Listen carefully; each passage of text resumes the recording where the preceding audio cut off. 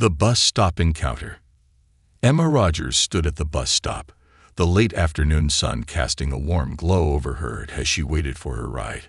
Dressed simply in a white blouse and dark jeans, her presence was understated, yet her quiet confidence radiated a kind of strength.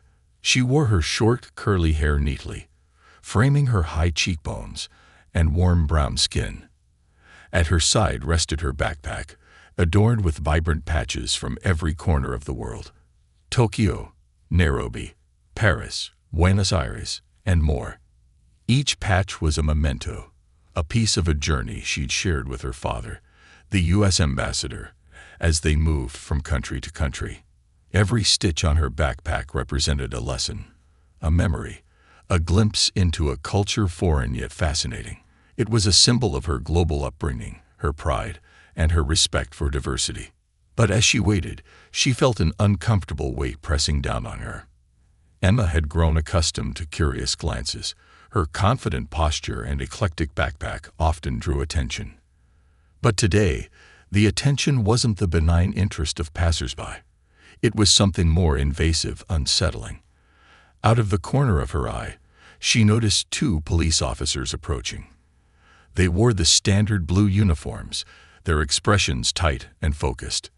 They were out of place in the calm scene of the bus stop, and Emma couldn't help but feel her heart quicken. The first officer, Sergeant Holton, was tall and broad, with a weathered face that seemed to carry a permanent frown. His eyes, cold and calculating, roamed over her as though she were a puzzle to solve or a threat to be neutralized. Behind him was Officer Ridge, younger, with a nervous energy that betrayed his eagerness to please his superior. Holton's gaze lingered on Emma's backpack, his expression hardening. Holton stopped in front of her, his stare intense. Without a greeting or explanation, he spoke with a voice that carried authority, but lacked warmth. "That's an unusual bag you've got there," he remarked, his tone lined with suspicion. Emma met his gaze, steady and unwavering, though her pulse quickened. "Thank you," she replied, her voice calm yet cautious. She had learned to navigate these situations with grace, despite the discomfort they brought. But Holton didn't back down. He leaned forward slightly, his eyes narrowing. "What's in it?" he demanded. His tone wasn't that of a curious passerby. It was accusatory, laden with unspoken assumptions. Emma hesitated, instinctively clutching the straps of her backpack. The items inside were personal, pieces of her travels, her life, her memories. "Just my books and some souvenirs," she replied. Holton smirked, glancing back at Ridge, who mirrored his expression. "Books and souvenirs, huh? A bit heavy for a young lady waiting at a bus stop alone," he sneered, his words dripping with mockery. Emma felt her cheeks flush, but she kept her expression composed. "I travel a lot with my father," she explained, hoping to diffuse the tension. "He's the U.S. ambassador." Holton's smirk faded into a look of disbelief, his eyes flickering with disdain. "The U.S. ambassador's daughter, huh?" he scoffed, his tone full of mockery. He exchanged a look with Ridge, who chuckled under his breath. "And I'm the Queen of England." Emma swallowed, resisting the urge to respond with anything but calmness. She understood all too well what they saw. A young black woman standing alone, her appearance not fitting the image they believed belonged to an ambassador's daughter. She'd encountered such disbelief before, and each time, it stung. The two officers closed in further, with Holton taking a step closer. "Mind if we take a look?" he asked, though his tone indicated it wasn't a request. Emma hesitated. She knew she had every right to decline, but she also knew how quickly refusal could be misinterpreted, how easily it could escalate into something more severe. Sighing softly, she nodded, unzipping her backpack and carefully pulling out the contents.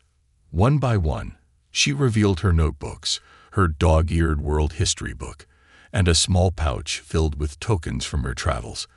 A miniature Eiffel Tower, a carved wooden giraffe from Kenya, a small keychain from Brazil.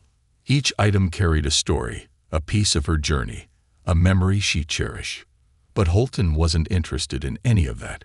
He glanced over her items with a dismissive sneer, pausing at the notebooks. "What's the point of all these books?" he asked, his voice dripping with derision. You would need them." Emma's heart sank. She felt her pulse throb in her ears, and her hands tensed as she held back a retort. Instead, she met his gaze, her voice steady. "My family values education," she said firmly. "I work hard for it." Her words seemed to fuel Holton's contempt. He scoffed, turning to Ridge, who chuckled in agreement. Around them, people began to slow, their curious glances shifting into concern as they witnessed the exchange. A few people stopped entirely, their expressions a mix of disapproval and discomfort, yet none stepped forward. Holton, noticing the gathering audience, seemed to relish the attention. He puffed out his chest, his demeanor shifting into that of a performer with a captive audience.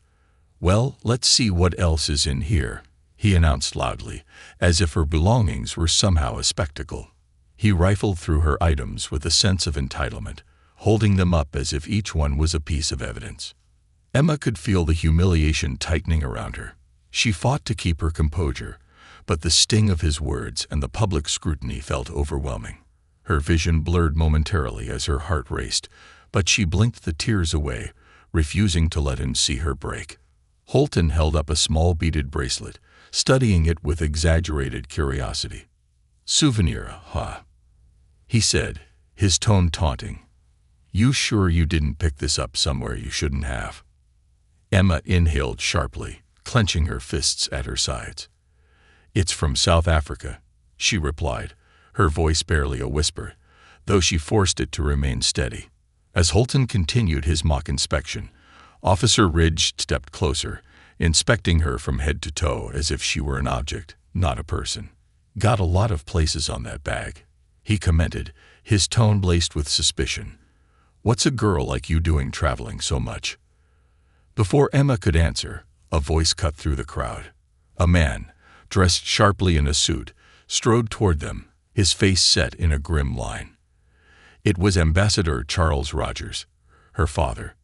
Emma's chest tightened with relief, though she could see the tension in her father's jaw, the controlled anger in his eyes as he approached. "Is there a problem here, gentlemen?" Ambassador Rogers' voice was low but commanding, each word precise, clipped. The officers froze, taken aback by the unexpected presence of authority. The ambassador's gaze landed on Holton, who had momentarily lost his smug composure. Holton quickly tried to regain his stance, squaring his shoulders. "Just a routine check, sir," he muttered, but the confidence in his tone had vanished. Ambassador Rogers raised an eyebrow, his expression unyielding. "Routine?" he asked, his voice carrying a barely veiled threat. "Because from where I'm standing, it looks like harassment." Emma watched, a sense of pride swelling in her chest as her father confronted the officers. The murmurs around them grew louder as the crowd sensed the shift in power. Holton and Ridge exchanged uneasy glances, realizing that their actions hadn't gone unnoticed, and that they were in over their heads.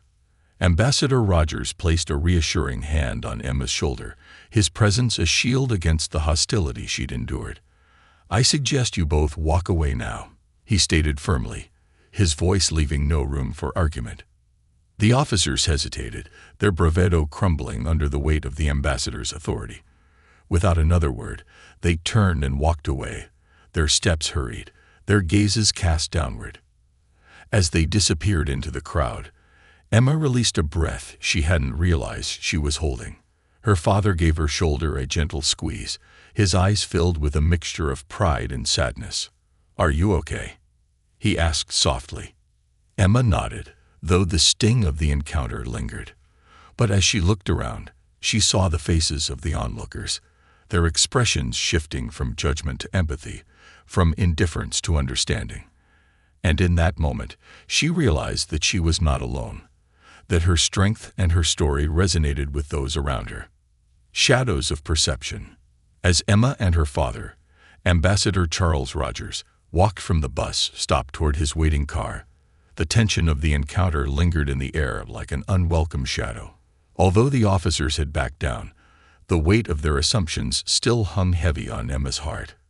Her father noticed her silence, his gaze softening with concern. "Emma," he said gently, stopping to look at her. "You don't have to carry this alone. I know it's not easy." Emma met his gaze, her eyes reflecting a mix of frustration and weariness. "It just keeps happening, Dad," she murmured. "No matter where we go, there's always someone who looks at me and only sees my skin, not who I am or what I've done." Her father sighed, his expression a blend of sadness and determination. As a diplomat, he had dedicated his life to bridging cultures, promoting understanding and resolving conflicts. But moments like these reminded him of the challenges Emma faced that diplomacy couldn't always shield her from. He reached out, tucking the stray curl behind her ear with a fatherly tenderness. "You're right, and it's wrong. But you are strong, Emma. Stronger than they know. They might see your skin, but they'll never truly see your heart, your intelligence, or your courage unless you show them who you are." Emma nodded, her resolve slowly returning. She knew her father was right. She had a choice in how she responded to the ignorance around her, but that didn't erase the sting of it. "Let's go home," he said, leading her to the car. As they drove through the city streets, Emma gazed out the window, her mind drifting back over the events of the day. She thought of the two officers, their faces twisted with disdain, their suspicious glances at her belongings as though they held something dangerous instead of her treasured memories. It wasn't the first time Emma had felt like a stranger in her own country. Growing up overseas had exposed her to diverse cultures, and she had always felt welcomed by people from different backgrounds. Yet every time she returned to the U.S., it was as though she had to fight for her right to belong. People saw her skin, her confidence, her intelligence, and all too often, they saw those qualities as threats. As they turned onto the tree-lined street that led to their home, her father's voice broke the silence. "I think it's time for a little change, Emma," he said, his tone thoughtful. "You've spent so much of your life as the daughter of a diplomat, traveling and representing our country with me. But maybe it's time to show the world who you are on your own terms." Emma turned to him, curiosity sparking in her eyes. "What do you mean?" He smiled knowingly. "This summer, I want you to work with me on a project, a way to bridge cultures here, in our own city. I want people to see what you see, to understand the world through your experiences. You have a unique perspective, Emma. It's time others hear your voice." Emma's initial reaction was hesitation. She'd always been in her father's shadow, content to learn from him and watch him work. But the more she thought about it, the more she felt a sense of purpose stirring within her. Perhaps she could make a difference, not by fighting directly against the prejudice she encountered, but by showing people a different way to see the world. The next day, Emma and her father met with city officials to discuss a new initiative. The idea was to launch a series of cultural exchange events, showcasing stories, music, food, and traditions from countries around the world. Each event would be hosted in a different part of the city, and local community leaders would be invited to participate. Emma threw herself into the project with renewed passion, designing posters, creating social media pages, and reaching out to contacts her father had made throughout his career. She felt empowered as she took on a leadership role, using her voice to create change rather than simply waiting for others to change their minds. The first event was scheduled for a sunny Saturday afternoon at a local community center. Emma had planned every detail meticulously, from the performances to the food vendors representing various countries, each with their own story to share. She wore a bright dress and her favorite globe pendant, feeling both nervous and excited as the first guests arrived. People from all backgrounds trickled in, families, teenagers, elderly couples, all drawn by the vibrant atmosphere and the promise of something new. Emma could feel the energy in the air, the curiosity mingling with anticipation. She greeted each guest with a warm smile, answering questions about the event and sharing stories about her experiences abroad. As she made her way through the crowd, Emma noticed a young girl standing near the entrance, watching with wide eyes. The girl looked to be about 12, with braids and a nervous but hopeful expression. Emma approached her with a friendly smile. "Hi there. Are you here for the event?" she asked gently. The girl nodded shyly. "My mom said I could come and look around. I've never been to anything like this." Emma's heart swelled with pride as she handed the girl a small map of the center, detailing the different cultural booths. "You're going to have a great time. There's so much to see and try. I hope you enjoy it." As the event progressed, Emma noticed the 2 police officers from the bus stop entering the center, clearly drawn by the commotion. Her heart skipped a beat at the sight of them. She hadn't expected them to come here, and the memory of their disdainful looks was still fresh. Holton and Ridge seemed taken aback by the scene before them. Instead of a tense confrontation, they found themselves in a lively environment, filled with laughter, music, and the smell of food from various cultures. Emma could see the confusion in their expressions as they looked around, unsure of how to respond to the diversity surrounding them. Emma took a deep breath, her father's words echoing in her mind. "Show them who you are." She approached them, her posture composed, her voice steady. "Hello, officers," she greeted them warmly. "Thank you for coming. I hope you enjoy the event." Holton looked at her, recognition flickering in his eyes. He cleared his throat, shifting uncomfortably. We just came to check things out," he muttered, his tone noticeably less confident than it had been at the bus stop. Ridge glanced around, his nervous energy replaced by a look of genuine curiosity. This is pretty impressive," he admitted, glancing at the colorful booths and the smiling faces around them. Emma nodded, a small smile forming on her lips. "It's amazing how much you can learn from other cultures. I've been fortunate to see so many parts of the world, and I wanted to bring a bit of that experience here, to share it with our community." Holton looked at her, his expression shifting. For the first time, he seemed to see her not as a threat, but as a young woman with a vision, a purpose. There was a flicker of something in his eyes. Regret, perhaps, or maybe even understanding. He nodded slowly. I didn't realize you had organized all of this," he said, his voice subdued. Emma met his gaze, her heart steady.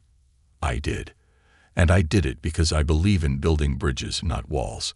I think that if we took the time to understand each other, we'd see there's more that unites us than divides us." Holton shifted, clearly unsure of how to respond. Ridge, however, looked thoughtful, his eyes lingering on a nearby booth where children were trying on traditional clothing from different cultures. "You're right," Ridge said quietly, almost to himself. "I guess I never really thought about it that way." Emma felt a glimmer of hope. She knew change wouldn't happen overnight, but perhaps this was a start.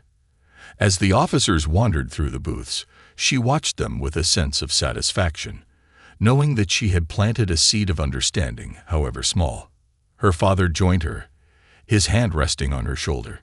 "You've done well, Emma," he murmured, pride shining in his eyes. Emma nodded, her gaze fixed on the crowd, on the faces of people who were, for a moment, united in curiosity and joy. She realized that her strength didn't come from fighting against prejudice, but from creating spaces where such prejudices could dissolve in the face of shared humanity.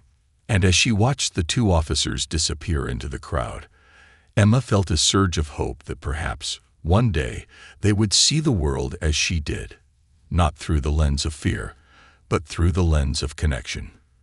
The ripple effect. The success of the cultural exchange event rippled through the community, sparking conversations in classrooms, homes, and workplaces. People who had attended shared stories of the vibrant experience, of the sights, sounds, and tastes from distant lands that had, for an afternoon, felt close to home.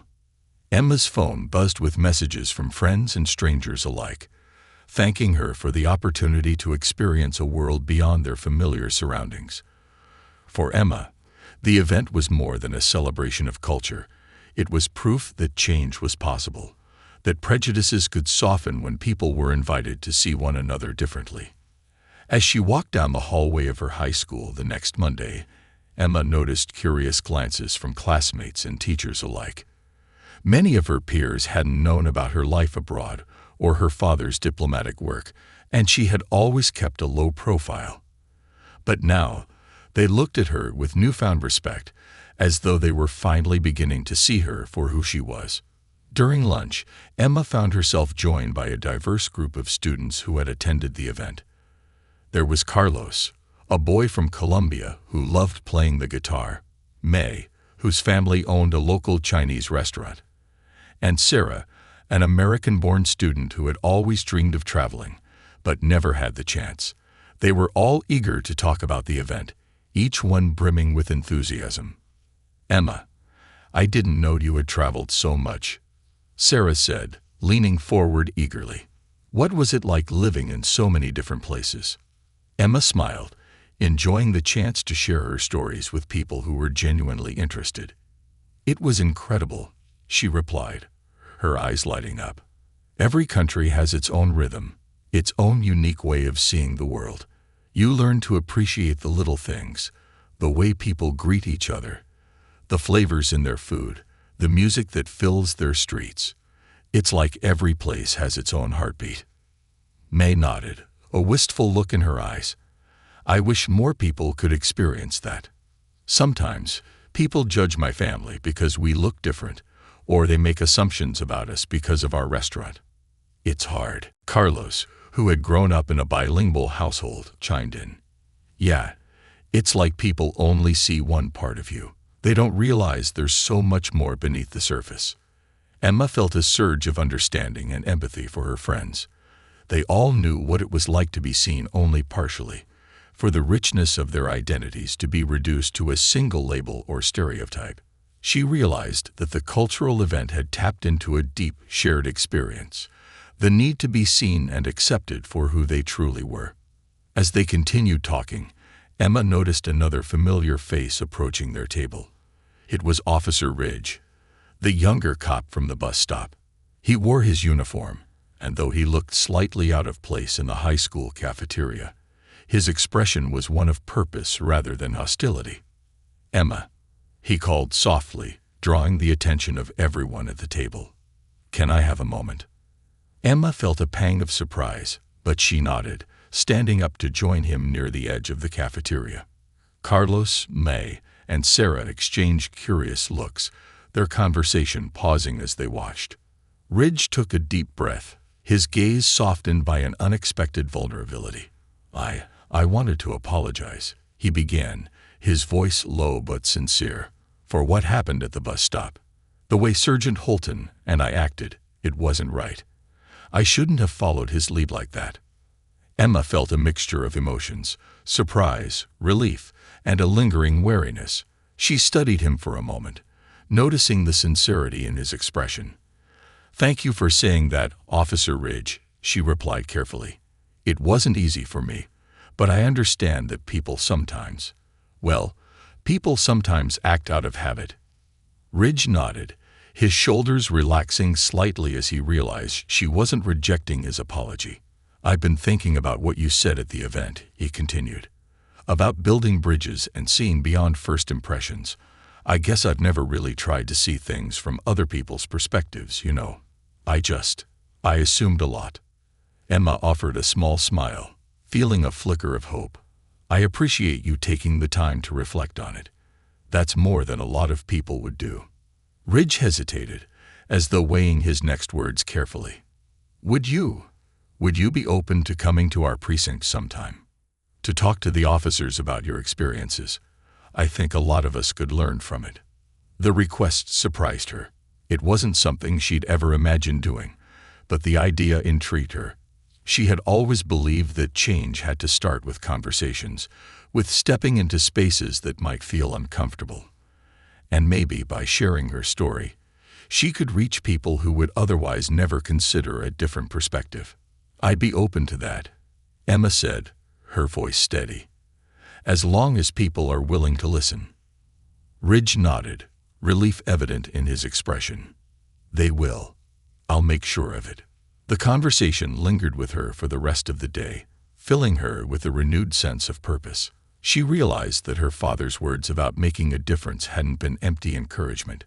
They had been a glimpse into what she was capable of. Slowly but surely, she was learning to embrace her own power to inspire change. The following week, Emma found herself standing in the lobby of the local police precinct, feeling a mixture of nerves and determination. Ridge had arranged for her to meet with a group of officers, including Sergeant Holton, in a small conference room. Though the memory of the bus stop incident still stung, she knew this was a chance to confront it head-on, to share her story, and hopefully plant the seeds of empathy and understanding. As she entered the room, the officers looked up, their expressions ranging from curious to skeptical. Holton sat at the far end of the table, his arms crossed, his gaze unreadable. Ridge gave her an encouraging nod, gesturing for her to begin. Emma took a deep breath, centering herself before she spoke. "Thank you for having me here," she began, her voice steady. "I know it's not every day that a civilian comes to talk to you, and I appreciate your willingness to listen." She paused, her gaze sweeping over the room. "Growing up, I had the privilege of traveling the world with my father, who's the U.S. ambassador. I got to see different cultures, meet people from all walks of life, and experience things I never would have if I'd stayed in one place.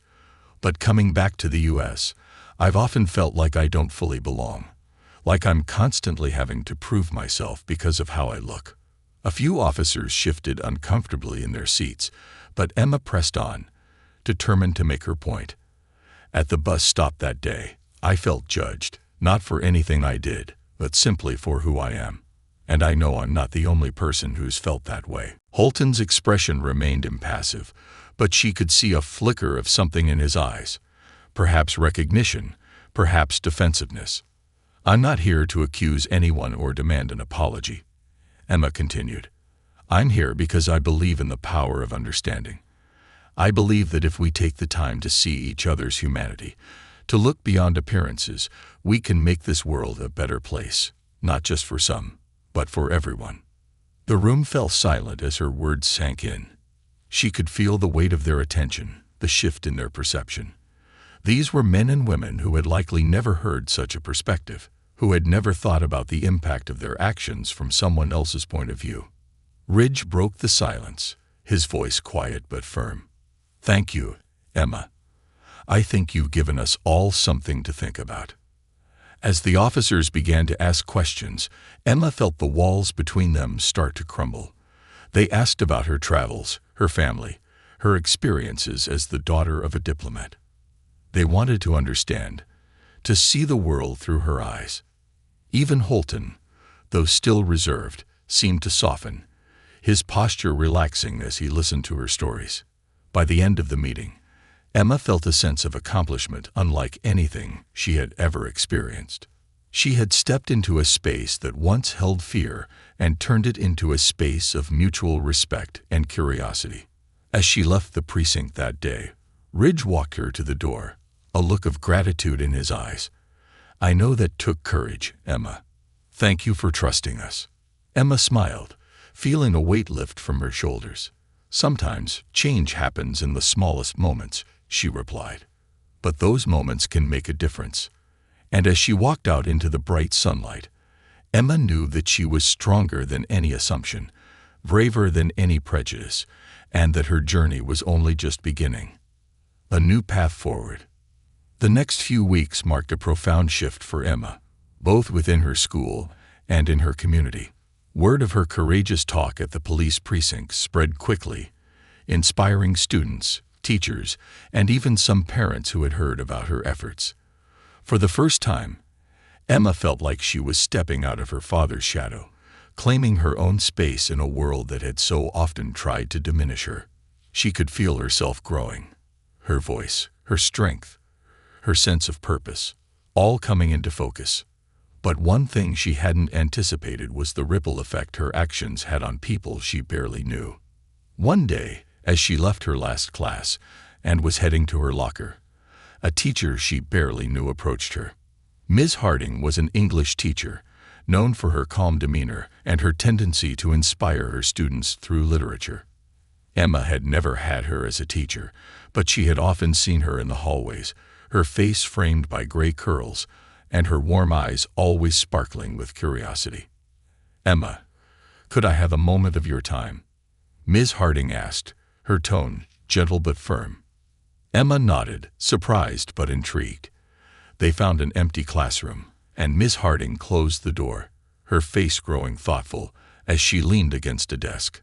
"I wanted to thank you," she began, her voice sincere. "I heard about what you did at the precinct, and I can't tell you how inspiring it is. It takes tremendous courage to confront those kinds of situations, and to do it with such grace and understanding. It's truly remarkable."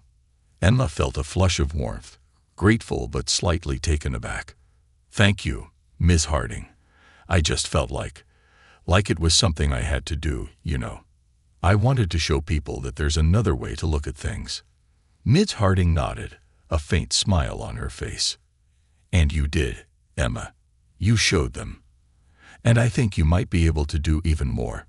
She paused, studying Emma with a discerning eye. "Have you ever thought about speaking to a larger audience?" Emma blinked, caught off guard. "A larger audience?" Ms. Harding nodded, her voice carrying a hint of excitement. "Our district is hosting a youth leadership conference next month, and I've been looking for a student speaker who could talk about empathy, bridging cultures, and understanding. I think you'd be perfect." The idea both thrilled and terrified Emma. The thought of standing on stage in front of hundreds of people was daunting, but the more she considered it, the more she felt an undeniable spark. This was her chance to take what she had learned, to share her vision of a world where people saw each other as equals, where the walls of prejudice could be dismantled, brick by brick. After a moment's hesitation, she nodded. "I'd be honored, Ms. Harding. Thank you for thinking of me." Ms. Harding's face lit up, and she clasped Emma's hand warmly. "You have no idea how much this will mean to everyone. Start preparing. And if you need any help, you know where to find me." In the days that followed, Emma threw herself into her speech, pouring her heart and soul into each word. She thought back to the people she had met during her travels, the shopkeepers in Morocco, the artists in Italy, the children in South Africa, each with their own stories, struggles, and dreams. She thought about the importance of seeing people beyond their appearances, beyond their backgrounds, and understanding that, at our core, we all shared the same desire to be seen, understood, and respected. As she practiced, Emma found herself reflecting deeply on her own journey, the ways in which her experiences had shaped her and given her the strength to stand up against prejudice. She wanted her speech to be more than just words. She wanted it to be a call to action, a message that could inspire others to be agents of change in their own lives. The day of the conference arrived, and Emma stood backstage, her heart pounding as she waited for her turn to speak.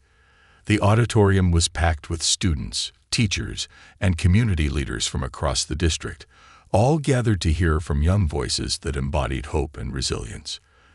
The energy in the room was palpable, and Emma could feel it thrumming through her, a mixture of excitement and nerves.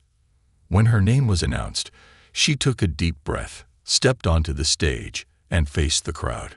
The bright lights were blinding at first, but as her eyes adjusted, she saw the sea of faces watching her, waiting, ready to listen. She began her speech with a story from her childhood, recounting a time when she had felt like an outsider, even though she was surrounded by people. She told them about her experiences abroad, the lessons she had learned from people who looked different, spoke different languages, and yet shared the same human spirit. "When we look at someone and make assumptions, we limit ourselves," she said, her voice clear and steady. "We close ourselves off from learning, from growing, from understanding. We put up walls instead of building bridges. But if we take the time to see each other, to really see each other, we can create a world where everyone belongs." The audience was silent, hanging onto her every word. She could see nods, faces deep in thought, and even a few people wiping away tears. Emma went on. sharing the story of the encounter at the bus stop, the humiliating experience that had ignited her desire to create change. She told them about the cultural event, about how she had brought together people from different backgrounds, and the impact it had on those who attended. When we embrace our differences, she continued, her voice growing stronger, we find that they're not barriers, they're gifts. Gifts that show us new ways of seeing the world, that teach us empathy, kindness, and resilience. And when we allow ourselves to embrace those gifts, we become stronger together.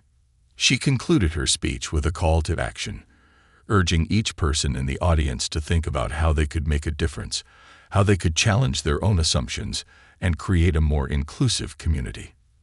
The room erupted into applause, and as Emma stood there, overwhelmed by the response, she felt a sense of fulfillment she had never known. She had shared her story, her vision, and in doing so, she had planted seeds of change in the hearts of everyone present.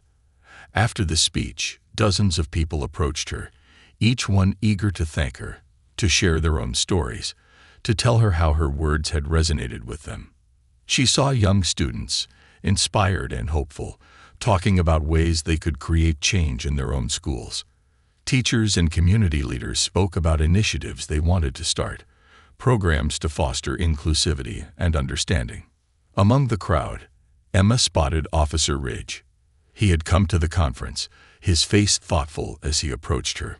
When he reached her, he extended his hand, his expression a mixture of pride and humility. "Emma," he said quietly, "I just wanted to say, thank you. You've made me think, really think, about the way I see the world. You've helped me realize that there's so much more to people than what we see at first glance." Emma shook his hand, feeling a warmth spread through her. "Thank you, Officer Ridge. It means a lot to me that you took the time to come here." Ridge nodded, a small smile on his face. "I'm learning, and I promise I'll do my part to make a difference." As she watched him walk away, Emma felt a swell of pride. She had begun this journey feeling alone, isolated in her experiences. But now, she was surrounded by people who shared her vision, people who were willing to look beyond the surface and build a community rooted in understanding. That evening, as she returned home, Emma's father greeted her with open arms, pride shining in his eyes. "Emma, I am so proud of you," he said, hugging her tightly. "You've done more than I ever could have imagined. You're changing lives." Emma smiled, feeling a quiet confidence settle within her. She realized that her path was no longer defined by the shadows of prejudice or the limitations others try to impose on her. Instead, it was a path she had created herself, a path filled with purpose, strength, and the unwavering belief that no matter how challenging the world might be, she could make a difference. And as she looked out at the stars that night, Emma felt a profound peace, knowing that she had found her voice, her mission, and her place in the world. Building bridges, breaking walls. In the weeks following her powerful speech, Emma found herself unexpectedly thrust into the spotlight. Local newspapers wrote about the youth conference, highlighting her message of empathy and the story of her encounter with the officers at the bus stop. People around the city reached out to her, wanting to know more about her vision and how they could contribute to building a more inclusive community. For the first time, Emma was navigating a public role that demanded her voice and presence. The newfound attention brought both excitement and challenges. While many were supportive, Emma encountered resistance from some who weren't ready to confront their own biases or who viewed her message as disruptive. But with each encounter, whether encouraging or challenging, Emma grew stronger, more committed to her purpose. She began to see her journey as not just personal but part of a broader movement, one she could help shape. One day, as she was leaving school, her phone buzzed with an email notification from a woman named Diane Porter, the director of a local youth mentorship program. The email was an invitation for Emma to speak at their upcoming event, Pathways to Change, which aimed to connect local teens with community leaders. The program was known for helping students discover their potential and inspiring them to pursue careers in public service, advocacy, and the arts. Emma read the email twice, feeling a surge of excitement. She had attended Pathways to Change as a young girl, and the program had opened her eyes to the power of community and the importance of having role models who believed in change. And now, they were inviting her back as a speaker to help inspire others as she had once been inspired. That weekend, Emma met with Diane to discuss the event. Diane was an energetic woman in her late 40s, with a no-nonsense attitude and a heart that radiated warmth. As Emma walked into Diane's office, she noticed the walls lined with photos of past Pathways to Change events, each one capturing moments of connection and inspiration. "Emma, it's so great to finally meet you in person," Diane greeted her, standing up to shake her hand. "You've made quite an impact lately. We're thrilled to have you on board for this event." Emma smiled, feeling both nervous and excited. "Thank you, Diane. I'm really honored. This program meant a lot to me when I was younger, so it's surreal to be here as a speaker now." Diane gestured for her to sit down, her eyes sparkling with enthusiasm. "You've earned this, Emma. And the timing couldn't be better. I think young people need someone like you right now, someone who can show them that they don't have to wait to make a difference." They spent the next hour discussing the format of the event, which would feature panel discussions, interactive workshops, and personal stories from local leaders. Diane explained that Emma's role would be to open the event with a talk, setting the tone for the day and sharing her journey. When the day of Pathways to Change arrived, Emma stood backstage, taking deep breaths to calm her nerves. She could hear the murmur of the audience gathering, the excited chatter of students mixed with the encouraging voices of their mentors. The room was filled with over 200 attendees, students, teachers, community organizers, and even some city officials. Emma took a moment to center herself, remembering why she was there. She wasn't there to talk about herself. She was there to share a message, to inspire those who might feel as she once had, misunderstood, isolated, uncertain of their place. She wanted to help them see that they, too, had the power to create change. As she stepped onto the stage, the room fell silent, all eyes on her. She looked out at the faces before her, young and old, filled with curiosity and anticipation. Her heart swelled with a sense of purpose, and she began to speak. "I once stood where you are," she began, her voice steady but filled with emotion.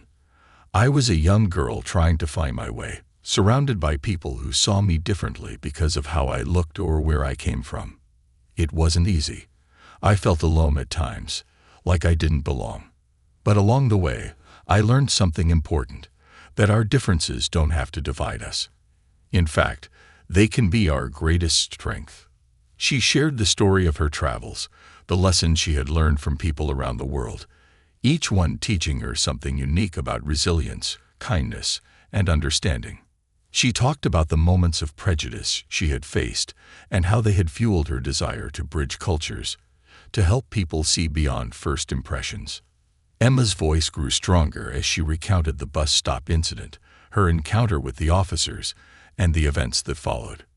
She could feel the energy in the room shift as her story unfolded, each listener absorbing her words, her experiences, her vision.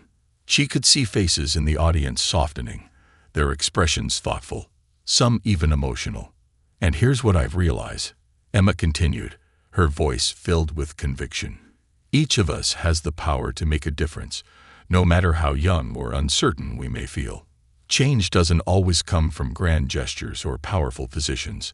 It starts with small actions, with kindness, with understanding, with the courage to stand up for what's right." The audience erupted into applause, and as she stood there, soaking in their support, Emma felt a profound sense of belonging. She was no longer just her father's daughter, no longer defined by others' assumptions. She was Emma Rogers, a young woman determined to make a difference, a bridge between worlds, a voice for understanding. After her speech, Emma joined a panel discussion with other community leaders, each one sharing their insights on creating positive change. She spoke alongside a social worker who worked with refugees, a high school teacher advocating for underrepresented students, and a young city council member championing environmental issues. As the panel wrapped up, Emma noticed a young girl in the audience raising her hand. She looked about 14, her eyes filled with a mixture of curiosity and vulnerability. "Hi, my name is Layla," she said, her voice slightly shaky. I wanted to ask how you deal with people who don't believe in you, people who look at you and think you're not capable because of where you're from or what you look like."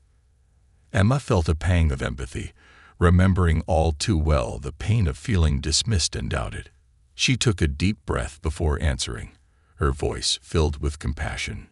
"Layla, that's a question I've asked myself many times," she began, meeting the young girl's gaze. "And what I've learned is this: people's opinions don't define you.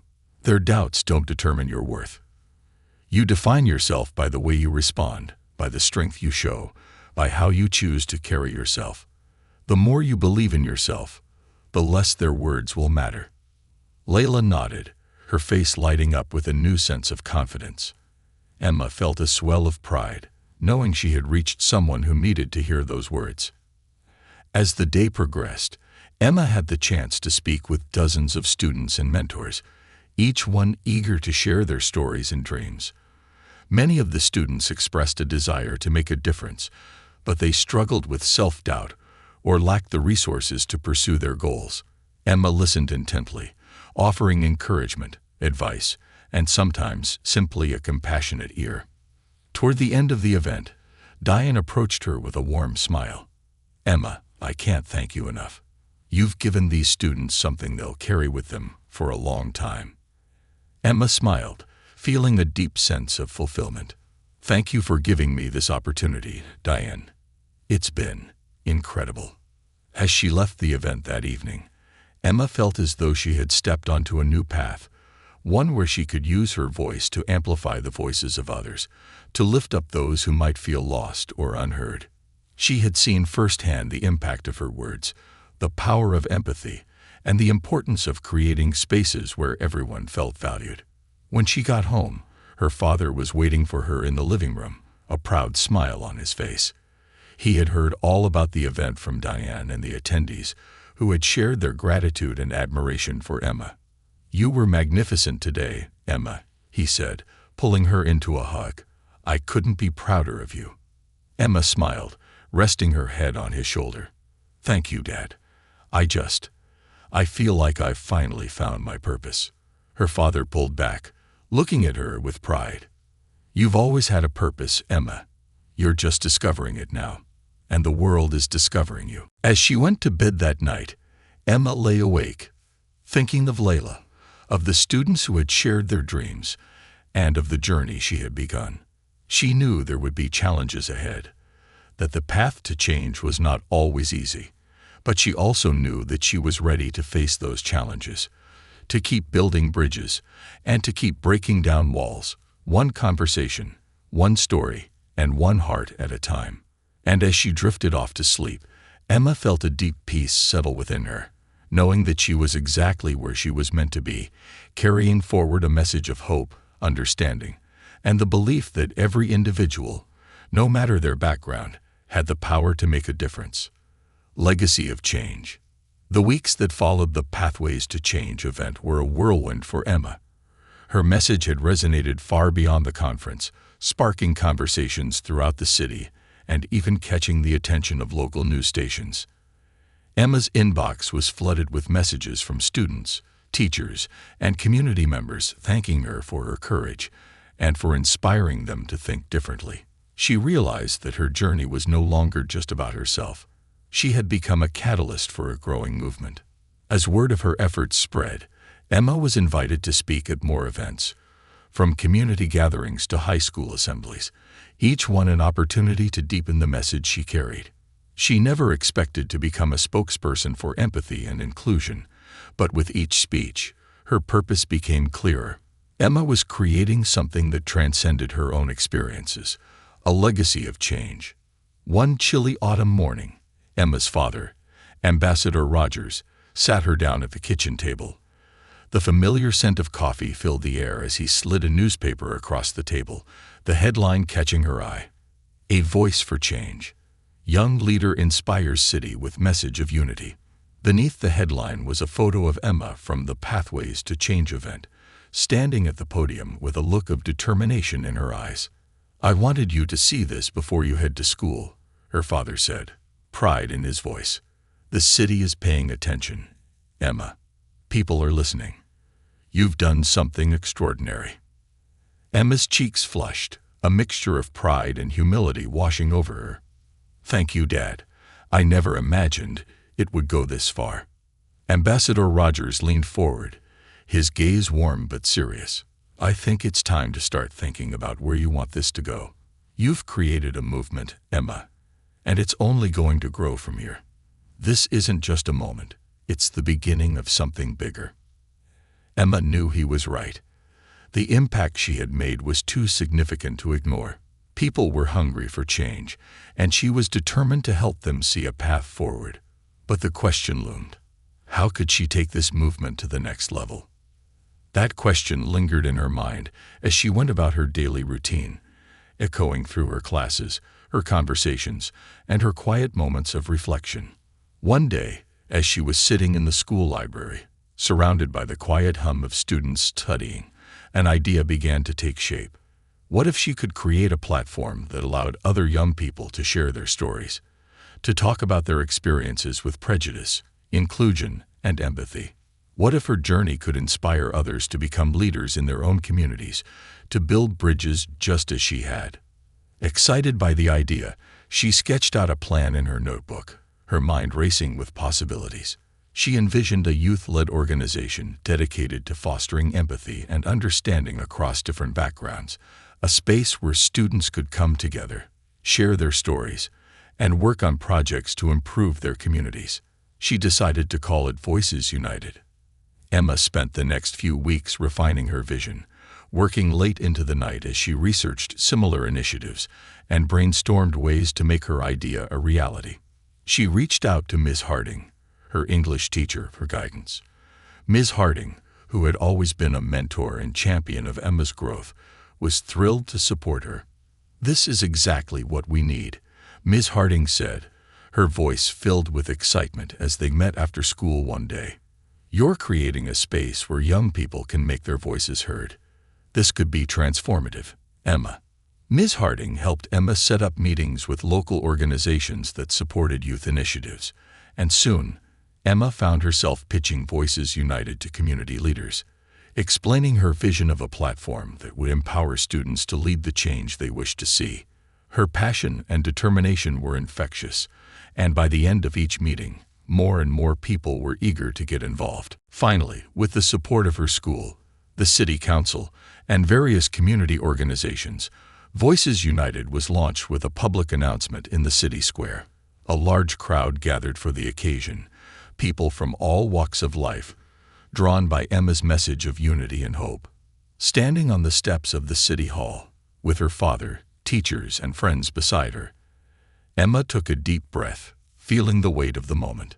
"Today, we're launching Voices United," she announced, her voice clear and steady, carrying across the square. "This isn't just an organization, it's a movement where young people can come together, share their stories, and make a difference in their communities. We're building a world where empathy is our foundation, where everyone is seen, heard, and valued. And it starts right here, right now, with each and every one of us." The crowd erupted into applause, and Emma felt a sense of fulfillment beyond anything she had ever known. This wasn't just about her journey anymore. It was about all the people who had been silenced, overlooked, and underestimated. She was creating a platform for them, a place where they could stand tall, just as she had learned to do. The first project that Voices United undertook was a series of workshops in local schools, where students could come together to discuss issues of identity, inclusion, and empathy. Emma worked with a team of volunteers to design the curriculum, each workshop focusing on different aspects of community building and understanding. They held role-playing exercises, storytelling sessions, and group discussions, each one designed to help students see each other beyond the surface. During one of these workshops, Emma met a boy named Tarek, a quiet, reserved student who rarely spoke in class. He had been bullied for his accent and background, and as a result, had withdrawn into himself, reluctant to trust others. Emma noticed him sitting in the corner, his arms crossed tightly over his chest, his eyes avoiding the other students. She approached him gently, sensing the hurt he carried. "Hey, Tarek. I'm really glad you're here," she said softly. "If you feel comfortable, we'd love to hear your story." At first, he hesitated, his gaze flickering with uncertainty. But Emma's kindness and patience allowed him to open up. He shared his struggles with the group, talking about the isolation he felt and the walls he had built to protect himself. As he spoke, the other students listened with empathy, some nodding as they recognized parts of their own experiences in his words. By the end of the workshop, Tarek had formed connections with his peers, laughing and sharing stories in a way he hadn't allowed himself to before. Emma watched the transformation, her heart swelling with pride and gratitude. This was the power of Voices United, giving people a safe space to be vulnerable, to connect, and to heal. As the months passed, Voices United grew. They held community events, organized volunteer projects, and even started a mentorship program that connected high school students with local leaders who could guide them in their personal and professional journeys. The organization became a beacon of hope, a testament to the power of young people to change the world when given the opportunity. Emma's father watched her progress with pride, often joining her at events and offering advice. One evening, as they sat together in their living room, he looked at her with admiration.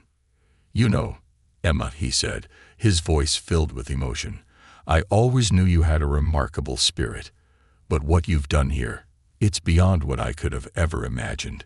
You've created something lasting, something that will impact lives for years to come." Emma smiled, reaching for his hand. "I couldn't have done it without you, Dad. You taught me to see the world, to understand its beauty and complexity. And now, I'm just trying to help others see it too." They sat in comfortable silence, a shared understanding passing between them. Emma had taken the lessons her father had instilled in her and woven them into something uniquely her own. She had transformed her pain, her resilience, and her hope into a legacy it would continue to grow.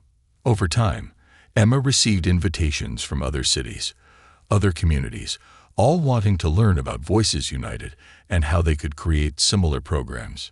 She traveled across the country, speaking to young people, sharing her story, and helping them start their own initiatives. She met students from all backgrounds, each one bringing their own dreams, struggles, and aspirations to the table. And with each encounter, Emma felt her purpose deepen. Years later, when Emma looked back on her journey, she would remember the bus stop where it had all begun, the place where she had felt alone, judged, and humiliated. What had started as a moment of pain had blossomed into a movement of compassion, a reminder that the most challenging moments could lead to the most profound growth. As she stood on a stage in front of thousands, speaking at a national youth conference, Emma looked out at the sea of faces before her, each one brimming with potential, and felt a deep sense of gratitude. She knew that this journey had given her far more than she could ever give back. It had taught her the value of resilience, the power of empathy, and the strength of standing together. With a steady voice and a heart filled with pride, Emma began her speech, knowing that her words would ripple out, touching lives in ways she could only imagine. She was no longer just the ambassador's daughter. She was Emma Rogers, a leader, a bridge builder, a voice for change. And she was ready to help others find their voices too.